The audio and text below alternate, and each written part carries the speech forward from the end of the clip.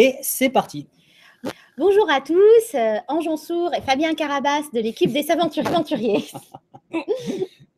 Ça te va ? Ça te va, ça me va, c'est très bien. On est effectivement de retour, Ange, pour le lancement de ce deuxième MOOC de la série MOOC Éducation par la recherche.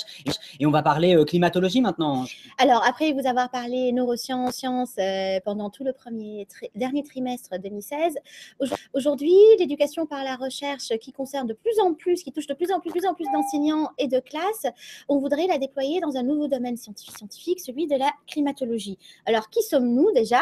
S'Aventurier École de la Recherche est un dispositif, un programme pédagogique qui propose des projets d'éducation par la recherche des classes, dans les classes, qui propose de la formation aux enjeux et méthodes de la recherche aux enseignants et qui également mène des projets de recherche en sciences de l'éducation, déploie particulièrement un programme de 9 MOOC qui vont toucher autant de domaines scientifiques différents pour, avec vous, enseignants, éducateurs, curieux de la chose éducative en général, comprendre ensemble, déployer ensemble les caractéristiques de ce qui ferait l'éducation par la recherche dans les classes.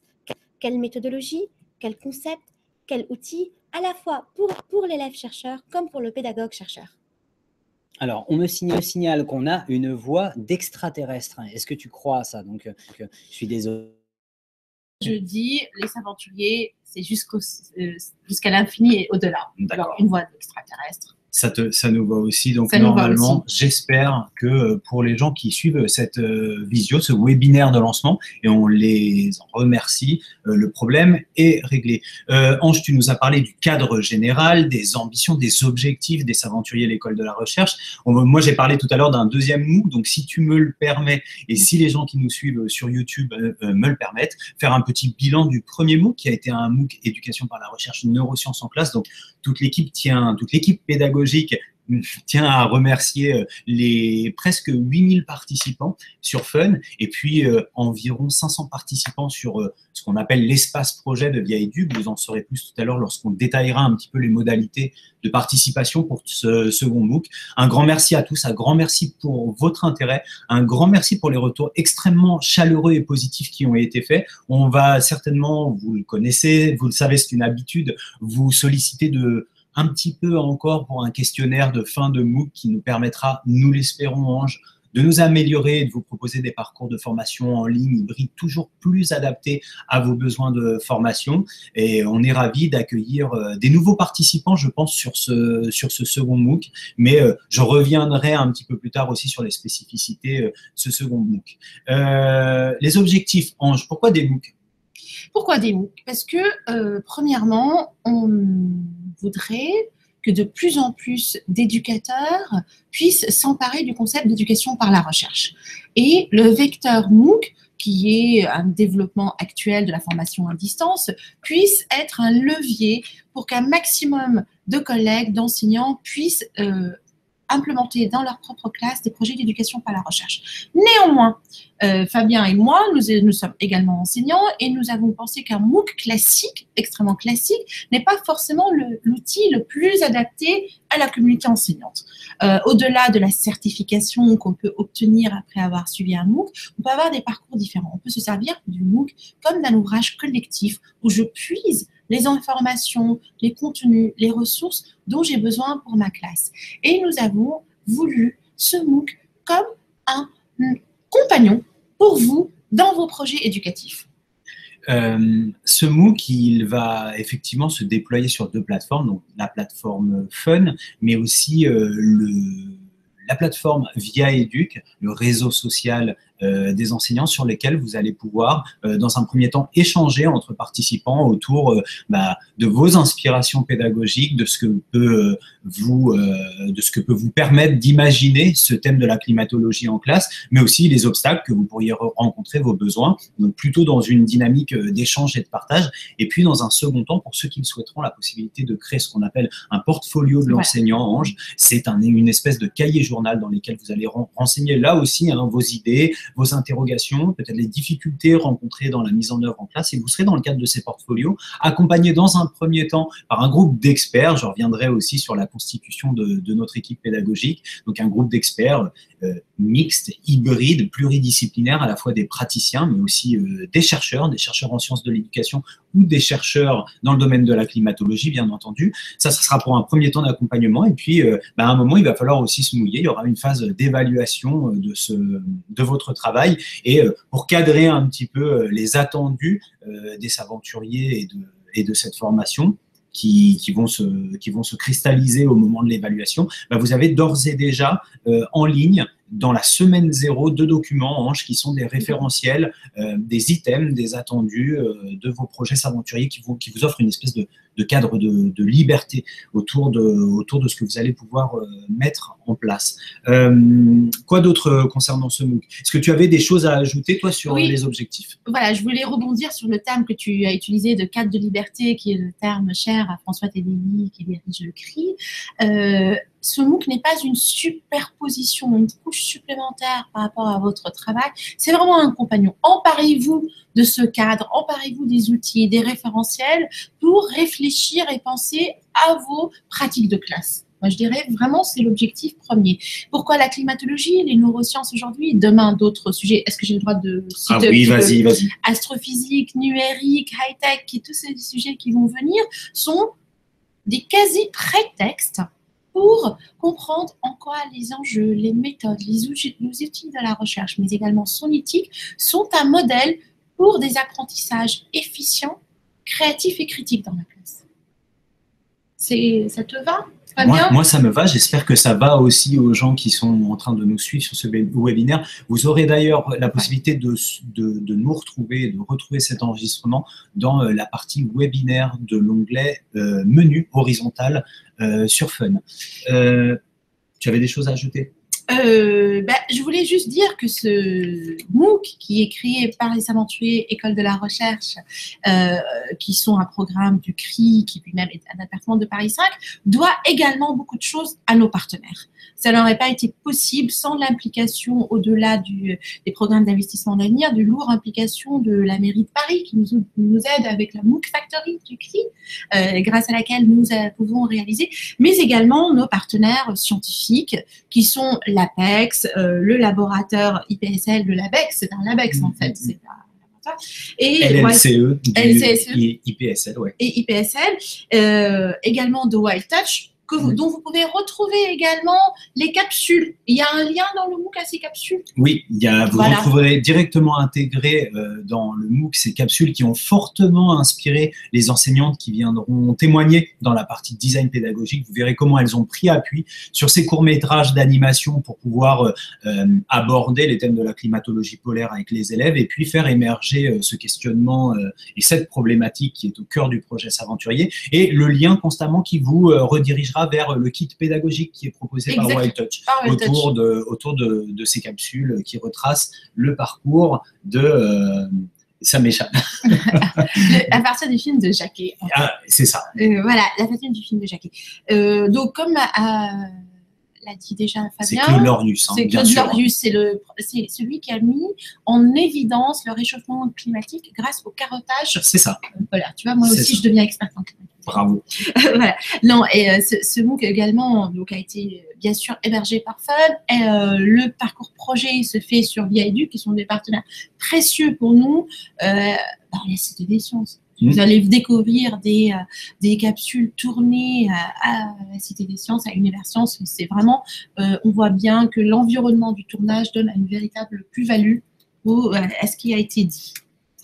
Tu me vois sourire parce que dans le chat, on retrouve Nicolas Cohen qui n'est plus parmi nous cette année pour le lancement de ce MOOC, mais qui a fortement contribué à sa conception. Donc, ce qui nous donne l'occasion de le remercier. Et il nous signale que effectivement, le titre du film et du kit pédagogique de Wild Touch, c'est La glace et le ciel. On a Merci Nicolas. Merci Nicolas.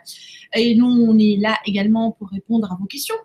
S'il y en a sur le… Alors, avant les questions, je reprends la main, si tu le permets, Ange, pour un petit passage en revue de ce qui va vous attendre pour cette semaine 0. Donc, vous avez retrouvé un petit peu la mise en bouche dans l'infolettre que vous avez reçue hier. Mais si on doit développer un petit peu alors, je vais essayer, je me suis promis de me lancer un défi aujourd'hui. On va voir si j'arrive à récupérer ceci. Voilà, alors attendez. Il faut se lancer des défis, hein, oui. Hop, alors, l'idée c'est de pouvoir, je vais vous partager normalement maintenant une fenêtre qui reprend la première semaine, donc qui est la semaine 0. Donc vous voyez ici, vous avez l'écran face auquel vous devriez pouvoir avoir accès. Donc moi j'ai un écran un petit peu particulier puisque faisant partie de l'équipe pédagogique, j'ai déjà des semaines d'ouvertes où normalement vous n'avez que la semaine 0. Donc si on doit passer rapidement au crible cette semaine 0, donc un premier onglet bienvenue dans lequel on apprendra oups, j'ai fait la mauvaise manip, bien sûr. On y revient. Donc, dans lequel on va apprendre, on vous présente le MOOC, on va vous découvrir à partir de vos représentations, mais aussi à partir d'une discussion en ligne. Et cette discussion, elle est assez importante. Je pense que je vais me permettre d'attirer votre attention sur le fait qu'il y a une petite manipulation qui est importante ici pour qu'on puisse répondre efficacement aux différents messages que vous posterez dans le forum. Il y a une procédure à suivre où, vous le voyez, hein, il ne faut surtout pas écrire, cliquer plutôt sur ce bouton bleu « Nouveau message », mais afficher les discussions pour pouvoir répondre aux discussions en cours. Je pense que Nicolas, fais-moi signe sur le chat, mais tu seras très content que je fasse cette annonce parce que ça va épargner à l'équipe pédagogique beaucoup de labeur inutile et surtout pour gagner en efficacité pour répondre exactement à vos messages. Donc ça sera la première partie bienvenue. Participez au MOOC qui vous donnera tous les détails des modalités, comment vous engager, à quel niveau, sur quel parcours, pour quels besoins. On vous a parlé de l'espace de formation via Educ pour ceux qui justement souhaiteraient s'inscrire sur le parcours projet qui est un petit peu plus exigeant mais qui vous permet en même temps de bénéficier d'un accompagnement plus resserré de la part de l'équipe pédagogique. Donc, ce sera le troisième point. Et puis, Ange vous en a parlé au début de ce webinaire, mais retrouvez toute l'inspiration et les ambitions du programme des Saventuriers, l'école de la recherche, dans une quatrième partie qui est dédiée. Je reviens juste, excusez-moi pour ce petit retour en arrière, sur la partie participer au MOOC.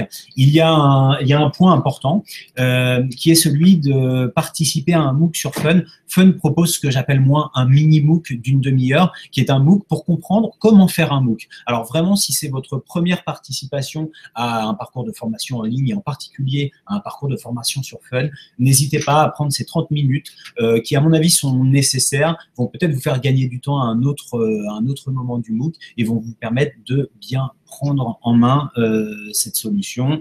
Je reviens parmi vous et j'arrête le… Tu sais bien ce que je dis, Ange, je le dis souvent, le numérique, ça ne marche jamais, ou en tout cas, quand ça fonctionne, ça peut être une mauvaise manipulation d'un des utilisateurs. En l'occurrence, c'est moi qui ai cliqué sur le mauvais bouton et on vous prie de bien vouloir nous en excuser. Donc, je voulais aborder la question de l'équipe pédagogique, Ange. L'équipe pédagogique, elle est, je vous l'ai dit tout à l'heure, pluridisciplinaire. Elle va être constituée de membres de l'équipe des Saventuriers, qui est elle-même une équipe hautement pluridisciplinaire. Il y aura notamment des chercheurs en sciences de l'éducation, mais aussi des enseignants et puis des personnes qui viennent aussi d'horizons très différents. Et des chercheurs. Alors, c'est le second point. Il y a les membres de l'équipe Saventurier. Il y aura effectivement les chercheurs en climatologie. Donc, Céline Clément Chastel, qui est la présidente de l'association APEX. Attention, c'est mon accent. C'est Association of Polar Early Careers Scientists. Voilà. On m'aura compris à peu près, donc qui ne peut pas être parmi nous aujourd'hui. Il y a également APEX France, c'est l'association des jeunes chercheurs sur les études polaires.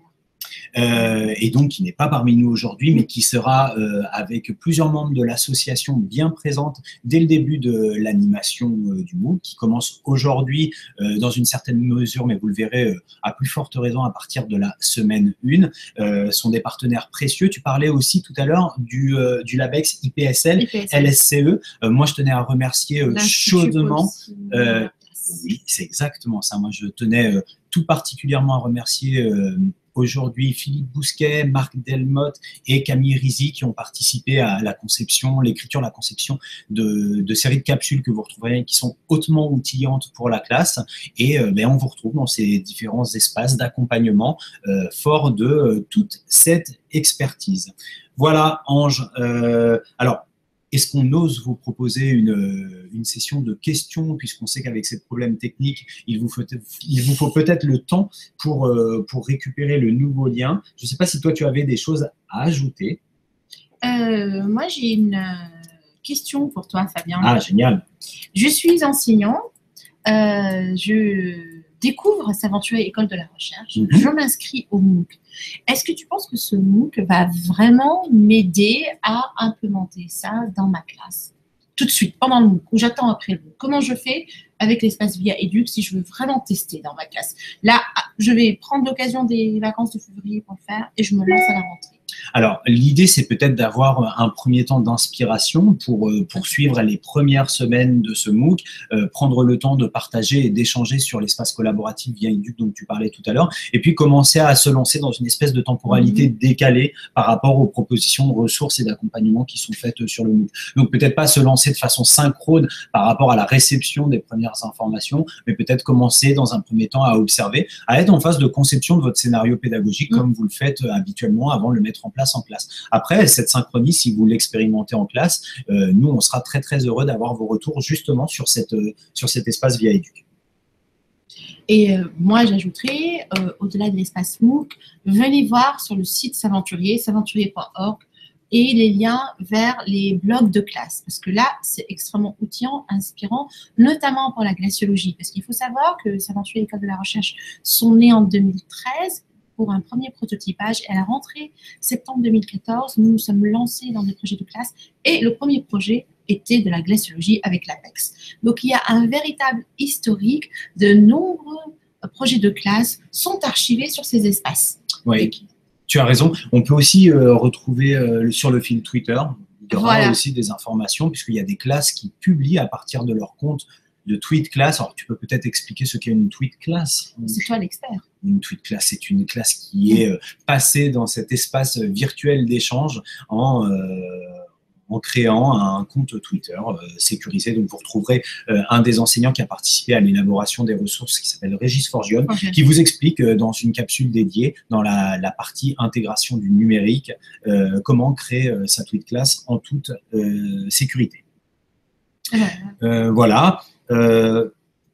D'autres questions, peut-être justement, les questions, si elles n'arrivent pas sur ce chat, parce qu'on sait aussi que nos collègues sont on vous a perdu, les collègues sont en classe actuellement, vous visionnerez peut-être de façon différée cet enregistrement, bien, utilisez le compte Twitter des S'Aventuriers, par exemple, @S'Aventure, SAVANTURES sur Twitter. Il y a une page Facebook aussi. Il y a une page Facebook, la page S'Aventurier jeunes chercheurs. Vous pouvez nous interpeller, vous pouvez nous poser des questions, vous pouvez nous adresser. Donc, vous avez vraiment tous les moyens. La page Facebook, le compte Twitter et le bon vieux mail aussi. On peut, alors peut-être sur les questions de MOOC, si vous êtes très très nombreux, hein, attention à cette boîte mail. On va peut-être passer pour le moment, bien sûr, par Fun, hein, vous avez des fils de discussion qui sont dédiés. Pour Via Éduc, pour ceux qui pourraient nous y retrouver. Et puis ensuite, n'hésitez pas, éventuellement sur les réseaux sociaux, l'animation de communauté, pour découvrir d'autres ressources antérieures à celles de la production de ce MOOC. Il fallait quand même que je remercie exactement grand merci aux 4 collègues qui ont participé qui sont le gros de la proposition pédagogique. Hein. Donc, Amélie Vacher, que vous retrouvez aussi notamment avec sa classe sur Twitter, qui partage avec vous son expérience dans son projet S'Aventurier des glaces. Il y a Magali de Bishop, qui a aussi participé il y a 2 ans. Ce sont des projets qui ont 2 ans maintenant. Émilie Dib et Marion Ruot. Voilà, ce sont les 4 collègues que vous retrouverez dans une partie design pédagogique très conséquente pour ce MOOC climatologie. Pour ceux qui ont suivi le MOOC neurosciences, elle est un petit peu plus conséquente que pour les neurosciences. Bon, je te propose il est 24, je te propose qu'on mette fin à cette visio en te remerciant. En te remerciant. Pour le mot de la fin, je remercie Fabien qui est l'artiste derrière l'e-book. Avec Nicolas, dont on a parlé tout à l'heure et qui a beaucoup participé. En coulisses, nous sommes tous derrière eux, mais c'est eux qui sont les vrais artistes. Exactement. Bon MOOC à tous. Bon MOOC. Et on vous retrouve pour un prochain webinaire en compagnie de vos mentors chercheurs pour ce MOOC Éducation par la recherche, climatologie à l'école. Merci à tous. Merci et bonne journée d'école. Et désolé pour le petit bug. Oh. Allez, ciao. Au revoir.